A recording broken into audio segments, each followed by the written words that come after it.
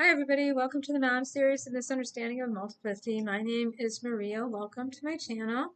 For those of you that have subscribed over the years, I'm glad you're here. For those of you that got stuck in the algorithms or just were kind of pissed off that I just went away, I didn't go away. I stopped making as much content because honestly, I was tired of talking about multiple personality and dissociative identity disorder and DID. And there were so many people out here doing awareness for DID and really becoming overnight YouTube sensations by really doing the very thing that I was trying to work to stop, which was the dog and pony show and a circus sideshow of switching on camera, showing me my, let me see your altars all together, do a collab with your altars, introduce your altars. How does your mother and father feel about your altars? How does your husband feel about your altars? How do your kids feel about your altars? You know what? I have a lifetime and more experience than some of you about what it feels like to be diagnosed with multiple personality disorder, or DID, which it has now come to know, because I am 62 years old and I was diagnosed in 1986. And most everyone out here was diagnosed in the late 90s to just a few years ago, maybe 10 years ago at the most. And the diagnosis process was very easy for a lot of young people that just went into a clinic that specialized in it and came out with a little certificate that said, you are DID. And they went home and within 5 minutes, they understood their system group. Their family understood it. Their husband understood it. If they had kids, their kids understood it. If they were going to have kids, nobody told them, yes, if anything they want to do, they just did. There are still those of us out there that lost our entire life to the diagnosis of MPD-DID. We lost our children, we lost our jobs, we lost our relationships, we lost our form of income, and we are living substandard, just minimal basic lives. And most of our family thinks we are the nut, the burnt chipped nut in the bottom of the Cracker Jack box that nobody wants. So for the last 5 years, I've been watching a lot of people come out of here under the guise of awareness and let me tell you what DID-MPD is, and let me tell you what it is. Let's debunk the myth. Now, I've been doing that a long time. You are adding to the myth. When you come out here and you do a switch the clusterfucks show out here. Oh no, that wasn't me. That was so-and-so, and I've got a cartoon that looks just like them. I needed to take a breath. I understand why you do it. I understand it. Boy, do I understand it. See, when I was diagnosed, there wasn't any internet community. I'm not saying this to be judgmental. There was no internet community. When I was diagnosed, I went to school and I went to college and I had computers at college, but I never had a computer at home until 2006. So I never even knew about people that were on the internet that were multiple. I didn't read any books. I didn't do any of that. I just went to therapy. Night and day, and weekends too. And tried to get better. Integrate. Meanwhile, I made sure my children were safe because it was very clear that one of my children really was exhausted from coming home to too many different mommies. Because back in the day, we were told, it's okay, tell your kids who they're coming home to. You know, like, tell them mommy is not mommy every day. Does that sound like it wouldn't be scary to a child? Tell, it's okay. It's okay. You just have other aspects of your mind working at the same time. You just have other aspects of your persona. You just have, you're working on many burners in different directions, and some of these different alter states that you develop that you created subconsciously to survive are now out and about because they're not needed right now. They're letting you know it's safe. It's safe for you to live all by yourself. But they have information that's very important they have to give us, and you have to figure it out from them. This is a falsehood. This is a falsehood. They don't always have a lot of information that you need to know. They don't. Sometimes, and I've said this in other videos, sometimes we create during trauma or elsewise after a re-traumatization or whenever we get stressed out, we learn as a defense mechanism. That's not me, it's somebody else. Let me see who it is. Oh, if they don't have a name, what do they act like? Let's apply that meaning, make that the name. So their name becomes the role that you think they do. But they don't just do that, do they? Because we're not cookie cutter, one box, a little frame inside of a frame. We don't fit in a box. And neither do the aspects, ego states that we grow up with. They're able to grow, evolve, and have their own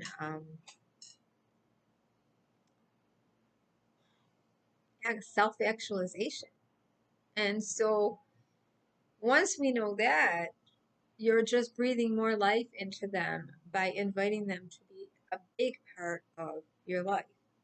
So it's very important to learn how to negotiate, yes, learn how to co-run and co-function, and stop losing as much time, but not all people lose time. Once you start co-running, you won't be losing time, and then people will think you're faking. Once you start co-running and having co-consciousness, people will think, oh, well, you couldn't have just known you split and another alter came out and now you're back. You can't switch on demand. Don't you have to have amnesia? Doesn't your head have to fall down? Don't you have to like hold your head and have a seizure and come up and be like, oh no. Yeah. It's all practicing your tools. Once you start practicing your tools of relaxing, oh, I do feel a switch coming on, or I just recognized, I don't know where that came from. I just recognized that came flying out of my mouth. What the hell was that? Oh, I just recognized I was talking about this, but now I'm talking about that. I meant to go in this direction, but I'm over here. What? I normally don't have such a strong opinion about that, but I just can't stop today. What? Once you start identifying who, what, where, all the whys, it's really not that unusual. It's not that sensational. It's not that rare. It's very mundane and very boring. So, all that said, I got really tired of, I'd say there were about 3 or 4 system groups that were all very young and had recently gotten diagnosed and were out here with really masterfully crafted content where they knew more than the doctors knew. They knew more than and that's okay, because I've always said, you're the expert of you, I'm the expert of me. We live with our body, we live with our mind, our thoughts. We're the experts of us, right? And we're the experts of our home. We know what are the normal sounds in our home, what our refrigerator sounds like when it turns on, what our water usually does when we turn it on. We're the experts of our home. We live in our home. Okay. So to give anybody an expertness in an area over us disempowers us. So my doctor met me on a very equal level. There was a little bit of iatrogenics that went on, and we discussed that in therapy quickly. And I had to correct some things and say, no, it's really not that way. I can see how you would explain it, that it's going that way for me, but that's not how I'm experiencing it. So I never really believed I had multiple personality until I went into the hospital in 1989 and was fully evaluated by a bunch of doctors and people that were really schooled in it and were able to observe me over a 3-week period and said, yeah, she's multiple. And they showed me the evidence of it. I was on film and videotaped and everything. And really, my psychotherapist, who had been seeing me from 19 1984, diagnosed me in 1986 when a whole panel came back in 1989 and said it's MPD. It was like, because the thought out there is so divided among therapists, among doctors, among medical doctors, among psychiatrists. It's just impossible right now to empirically prove these things. But there are things we can't deny about ourselves, and we know it. But to ask others to think of it as normal and always highly functioning, it's not going to happen. For years, I've been out here fighting with the media. I started with United States of Terror on Showtime. Every episode, I gave a quick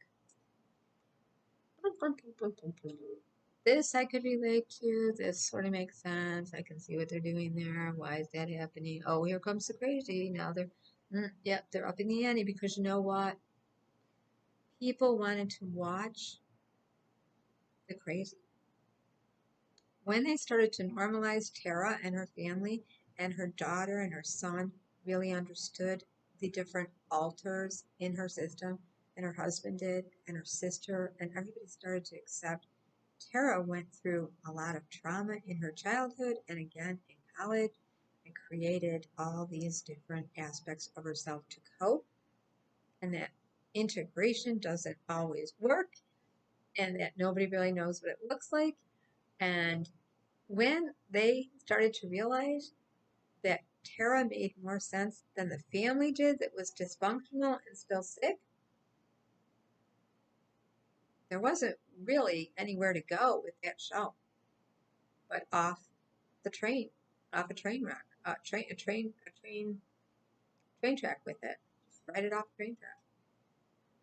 They went down the train track and ended it after 3 seasons. But every episode I was on YouTube, we were all discussing it, along with Dr. Phil and the Jennies, along with, oh my God, Three Faces of Eve, Sybil Exposed, Debbie Nathan, SRA, Illuminati, Colluminati, Project Bluebird, Project Monarch Project, Artichoke Project, Snow White Project, Disney Project. I've discussed as much as I can out here about MPD DID and Split, and why I thought Split, although a bad representation, had a lot of good teaching purposes out there of what you don't do, the wrong in it, what the doctor did wrong. That built Kevin up to believe he was going to become, when he got integrated, with superpowers.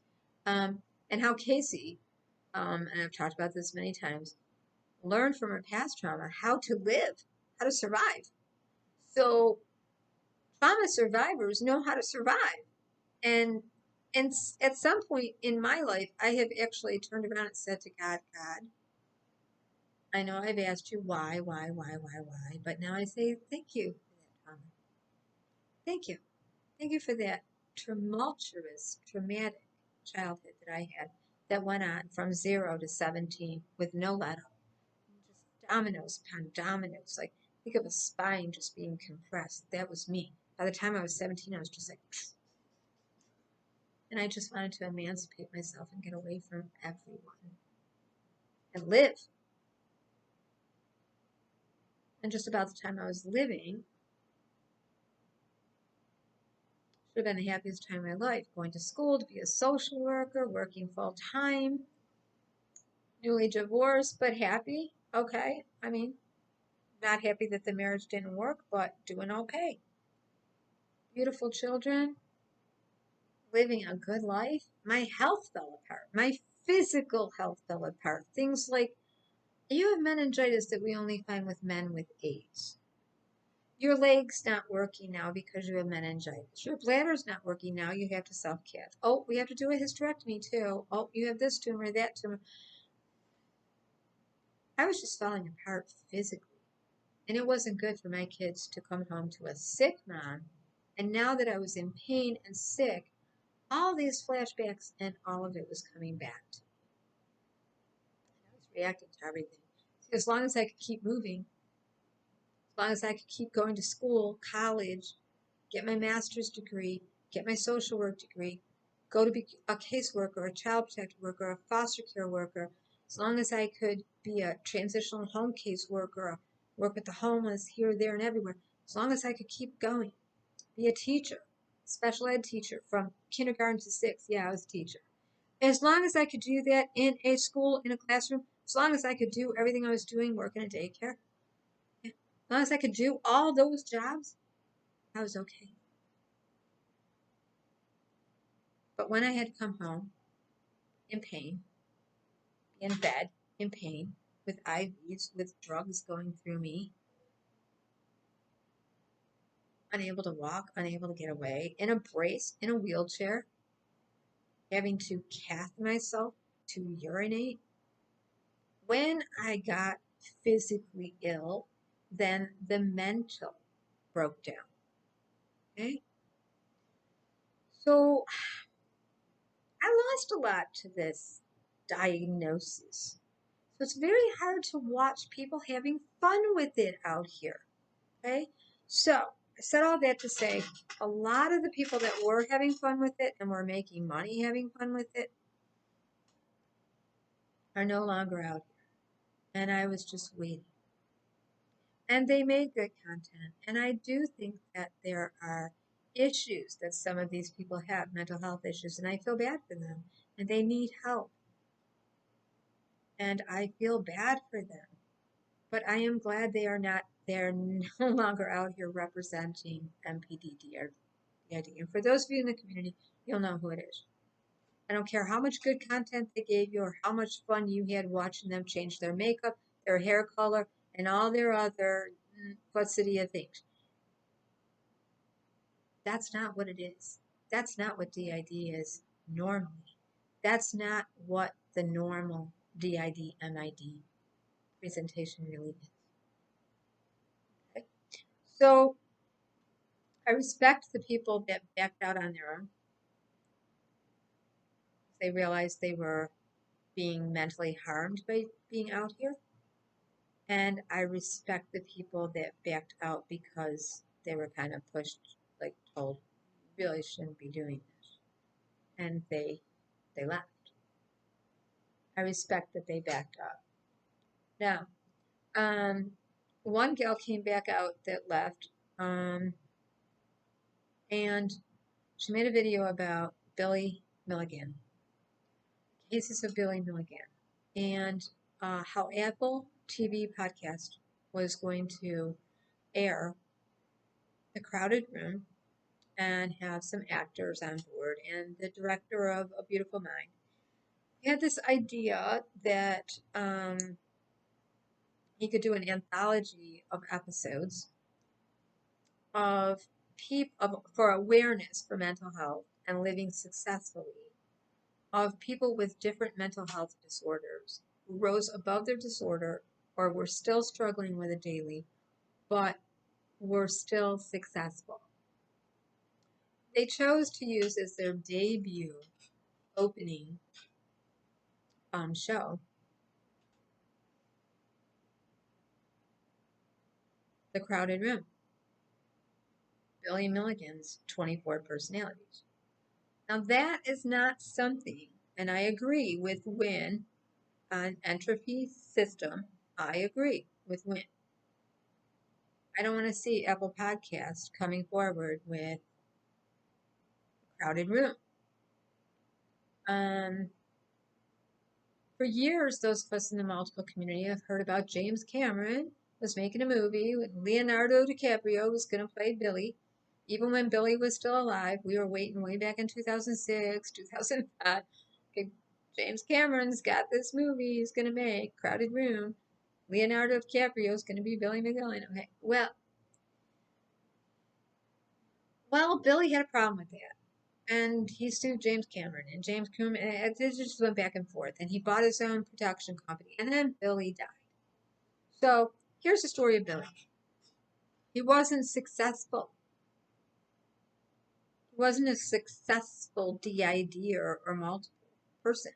If you want successful, go to Robert Oxnam, the head of the Asia Society. Worked for the government, right? He wrote A Fractured Mind.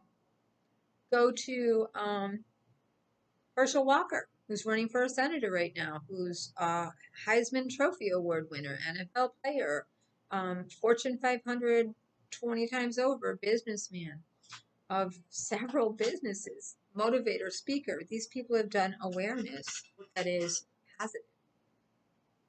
Okay, so if they're just looking for a man, maybe? But that's not it, see? We need the shit show again, because it sells, and there's a media wheel that is a monster that is so masterfully created and curated to play with our minds. It's almost like the clickbait weird thing that happens to our brain when somebody clicks a like on something or whatever. It's craziness, but I said in the beginning of my channel when I started it, there's a timeline that matters.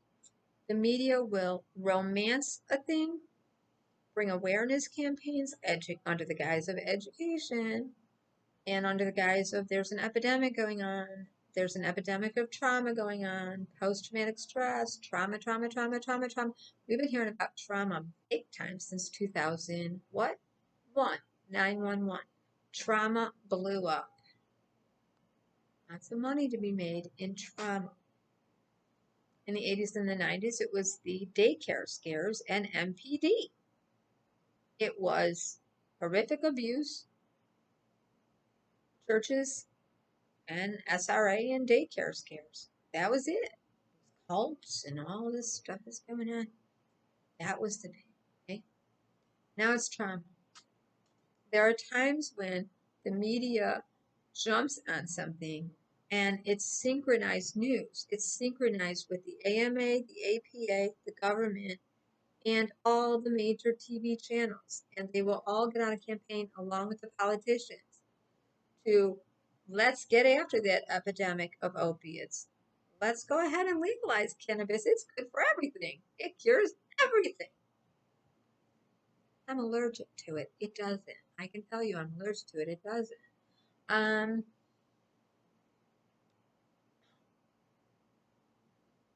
Everybody has arthritis. Everybody has GERD. There's medication for it. Everybody needs to know about GERD. Everybody needs to know about lupus. Everybody needs to know about autism. Everybody needs to know about autism. Now, we've seen these campaigns before. And it's the same way with DID, MPD. It's the same way with mental health awareness, trauma, addiction. It comes and it goes. It rises, it falls, and then there's a backlash. We have had 10 long years of people really trying to understand DID and kind of coming to the show. What is DID? We really want to know. Show me. What's DID? Show and tell me. What is DID? Now the backlash is coming. And so all they're going to show you is Billy Milligan. Probably the worst representation of a functional or healthy multiple. They're not going to show you healthy. So Apple Podcast TV has not announced the date, but they came out like forever ago. Said we've got all our actors lined up to play Billy, this one, that one, and we're gonna tell the true story. Netflix has jumped the gun and said, too bad you waited too long. We're going to bring it up to date, show all the original footage, the black and white, the doctors, the lawyers, the people that grew up with him, the interviews with his mother, the interviews with his family. We're going to tell you his family history. We're going to look at we're going to go inside the courtroom. We're going to talk to the victims then and now. We're going to do one better. We're going to give you the real show. Netflix named it Monster Inside. Billy Milligan's 24 Personality. Okay, so either way you go, this is synchronized. Apple, can we boycott everything? No. I'm going to be watching Netflix, Monster Within, Billy Milligan. You decide. The way Netflix has set it up is you decide, was he faking? You decide, was he just a manipulative con artist? You decide. Had a therapist told him from a young child he had many different aspects of himself because he was diagnosed DID as a young child, but it wasn't called that. It was called multiple personality. It was called neurotic. It was called post-traumatic complex post-traumatic stress with neuroses. He had deviant behavior, but he excelled. He was abused, but then he was given lots of support. Excuse me, I'm going to check on my cat. Sorry, I have to check on my cat. I have a yellow jacket nest in the wall in my bedroom and another one in the wall in my bathroom. So when my cat starts screaming and goes in there, I have to make sure he doesn't chase one down because he ends up getting stung. He gets stung trying to protect me. So I always get up and go check him. Okay, so Netflix is really getting ahead of Apple Pod TV Cast and saying we're going to air September 22nd. So it's kind of, you can see how these things rise and fall. And what, it makes me so sad that all we have is now these representations. But most people have seen this before. So I'm not getting my panties in a twist over it. I refuse to because I was 18 years old in 1977, and I remember looking at the TV thinking, this dude trying to get an insanity plea? For what? What happened? And seeing that an entire nation was divided. Like, excuse me, another one. This is my life. The exterminator was here 2 weeks ago. 2 weeks ago, the exterminator was here. But they never came. The exterminator doesn't seal the hole up the nest. So they keep getting in. And I am anaphylactically allergic to yellow jacket and hornet stings, of which has already happened to me twice this year. And 4 times to my cat. So he's very protective and very scared. Because he got stung on his paw twice and under his neck, and it was horrible. And then I got stung.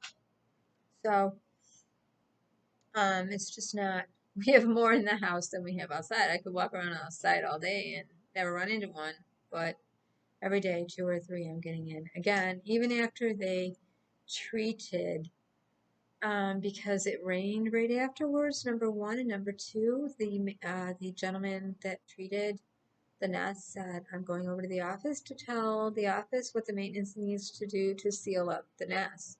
I said, when will they seal it up? He said, not for 2-3 days, but definitely needs to be sealed up or they'll just be right back again. Well, they're back again because nobody's doing nothing.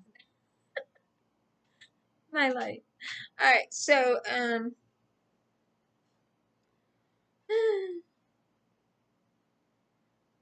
we are going to have a good representation. I think it's really just difficult to try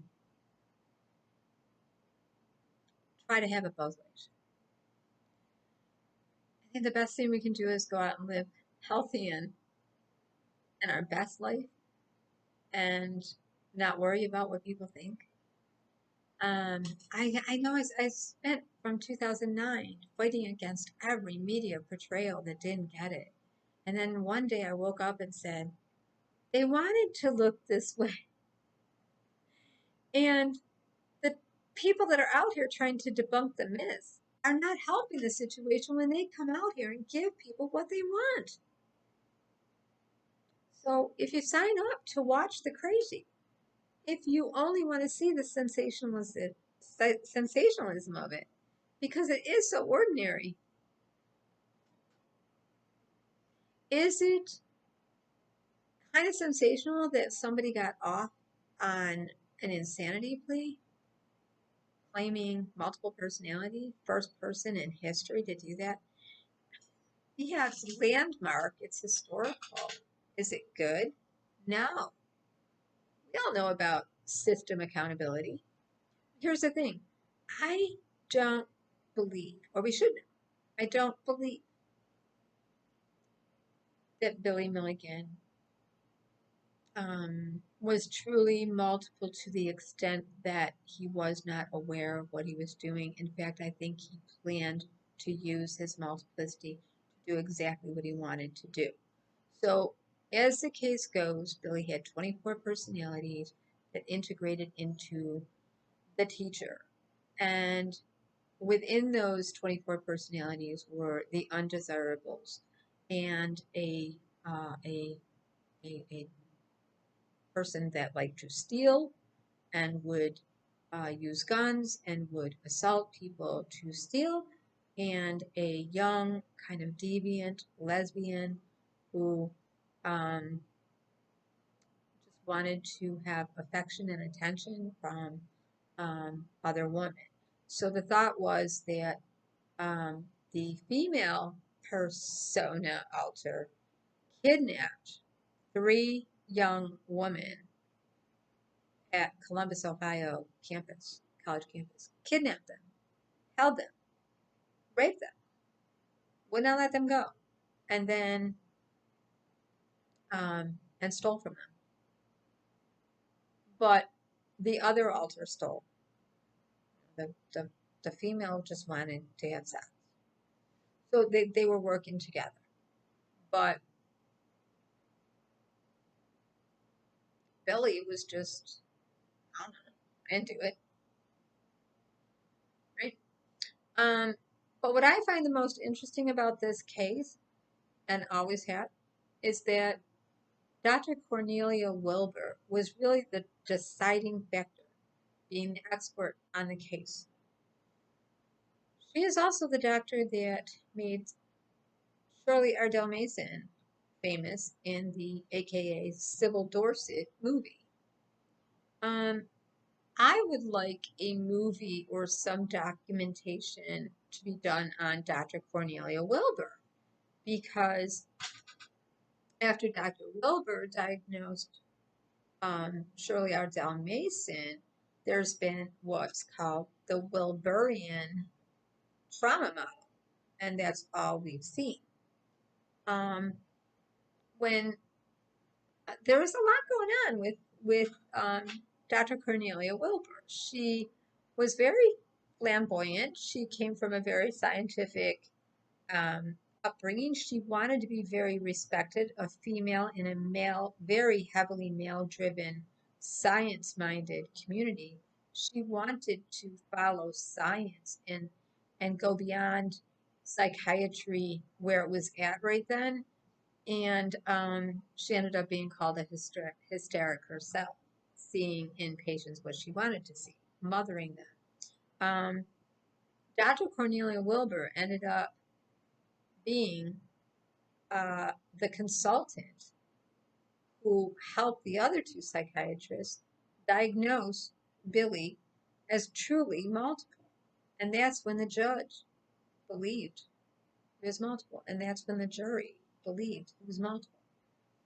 What the victims said, 2 of them, one said, and this was unsolicited before the multiple personality defense came up.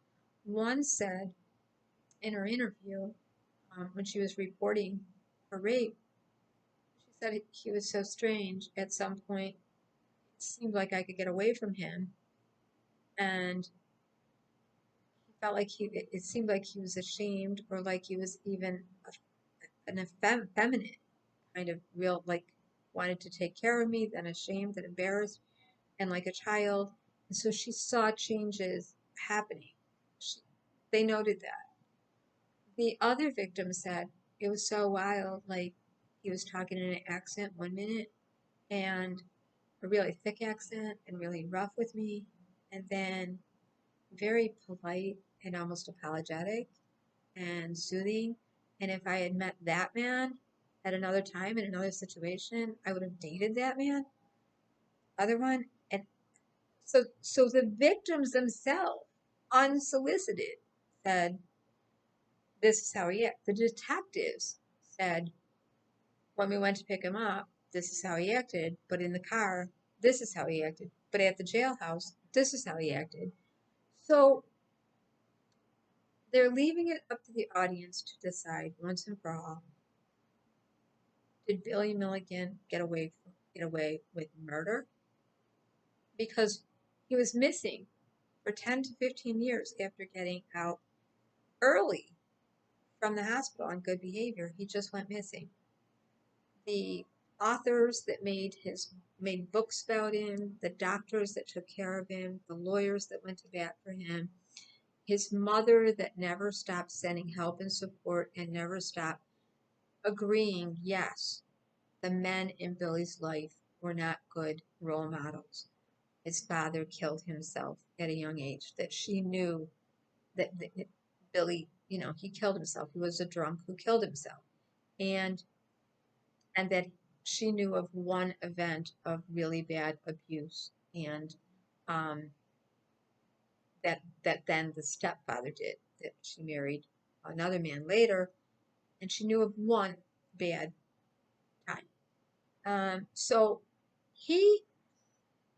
Billy came forward with all this horrific abuse that every man in his life did to him, including digging his own grave and burying him alive, including, well, I won't say it all, but I'll just say he was very abused and born at a young age with esophageal cancer. So, I mean, there were a lot of changes in his early childhood. So I don't doubt he had issues from that. I don't doubt that somebody wouldn't diagnose him with MPD, DID, but to get away with it.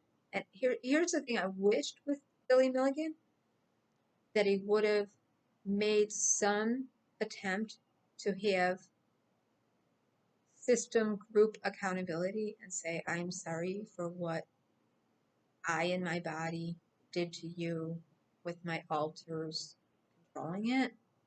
I am sorry. That never came out of Billy's mouth, ever. Never. So we're going to get to hear and learn more, an updated version with the old footage in Netflix. I know the title is hard to bear, A Monster Within, I know. But somebody that rapes somebody is a monster. And those of us that have been raped, we know that. So, there's that. So, that's all I want to say right now is Netflix, September 22nd, Monster Within, 24 Personalities of Billy Milligan, and soon to come out whenever, we don't know, because it's being boycotted now. There's petitions out. They're still wrangling.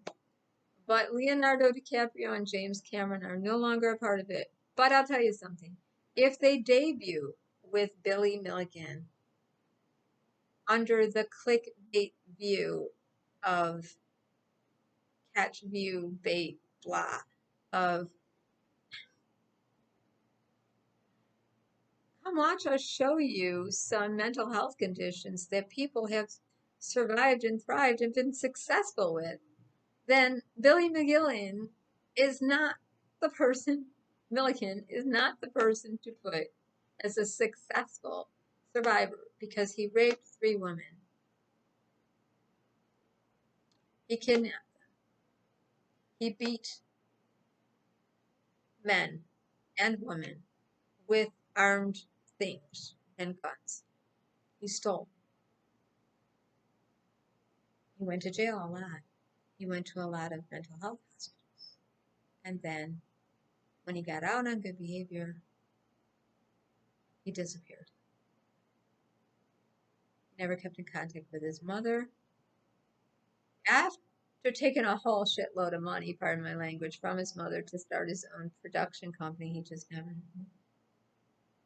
sued people, got more money, gone. Died in a nursing home of cancer.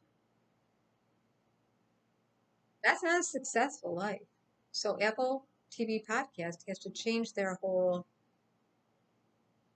scenario of how they're putting this forth, is what I think.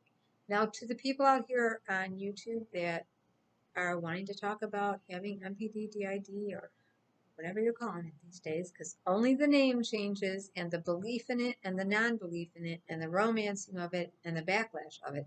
That's the only thing that changes with this condition experience. I wish you help. I encouraged every single one of you, y'all know who you were, who wrote me back in the day. I'm going to start my channel. I'm going to start my own website. I'm going to start a group. I'm going to this. I'm going to that. I was like, good, go for it, go for it, go for it. And then, and then, what are you doing? What are you doing? How are you performing? The very things you're protesting to, you're showing people. The very myths. Oh, I can't control it. Oh, I'm sweating. Oh, I had to switch on camera. Aren't I sensational? You're just ordinary. I'm just ordinary. We are ordinary people who had clusterfucks for childhoods and clusterfucks of more trauma on top of that, and grief and loss and grief and loss and more re-traumatization. That's what we had. Some of us more than others. And it all comes back to how much support did we have? How much resilience did we have to survive? And what are we doing now? I hope you heal. For those of you that dropped out, I hope you take this time and use it as a sacred space to really figure out, am I DID, or am I just afraid to admit I'm not sure if I'm bisexual, if I'm gay, or if I'm straight, or am I bisexual, or am I just not sure? Because that's a lot what's going on out here. A lot of it. A lot of it is sexual identity confusion and blaming it on alters. There is that too. So, okay, that's all I want to say. I hope everybody have a great day.